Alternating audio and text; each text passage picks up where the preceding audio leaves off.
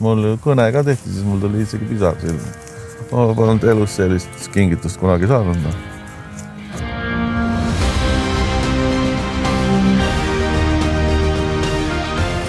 Soovin südamest teile õnne ja siin on teile võtmed ja vihmavari juhuks, kui vihma sajab ja autost välja tulla. Nii et palju õnne juhatuse poolt. Aitäh. Aitäh.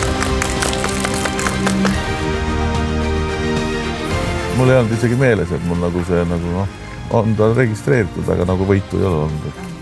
Ja vahepeal ma loobusin sellest, et siis ma vahetasin need boonuspunktide peale ringi, et siis kui poest midagi ostad, siis saad toidu pealt või millegi pealt natuke alla, aga siis ma tegin selle uuesti. Ja täna ma ei kahetse, et ma tegin selle uuesti. Algul ta rääkis hästi vaikselt, rahulikult, ma võtsin, mis ta tutvustab mingi kaupa asja mulle. Siis on kõige akna juures tooli peale ja siis kuulasin, mis ta mulle rääkis ja ega ma olin suht sõnatuks jäin. Pojale helistasin, tema ütles, et naljad, et tema ei usu mind. Ja siis järsku ta soovis mulle õnne. Ja siis ma läksin õhtul veel tema juurde siis kooli sõitsin.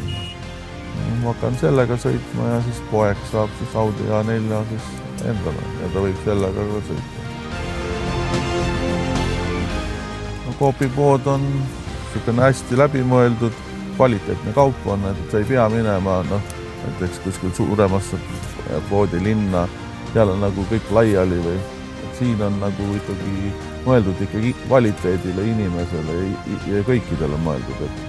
Ja kui ma käin selle kliendikaardiga poes, siis ma arvastasin, et 450 eurot tuleb kuskil mul aastas toidu pealt alla.